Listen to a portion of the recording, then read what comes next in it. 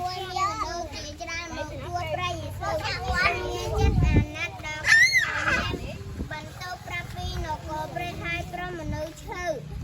ចាំប៉ុន្មានឲ្យជាផងថ្ងៃកាន់តែជ្រៃពួតសកលមកទូប្រៃសូវថា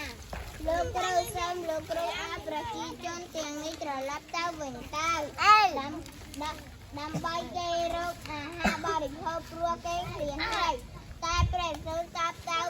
ពួកចាស់ទ្រង់វិញថាអ្នករាល់គ្នាឲ្យអាហារទៅគេបរិភោគទៅពួកសៅឆ្លើយថាយើងមិនមានមហូបគ្រាន់គ្រប់ទេតែបើចំអែកពួកគេទាំងអស់មិនក៏អស់ប្រាក់ច្រើនខ្លាំងណាស់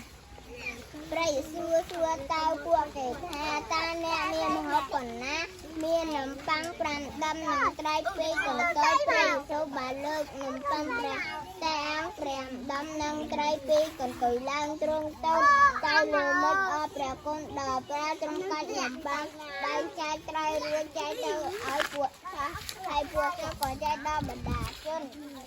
ពួកគេហូបឆ្អែតគ្រប់គ្នាពួកគេហូបរួចហើយពួកសក់ក៏ប្រមូលបានតែដែរហើយការដាក់បាន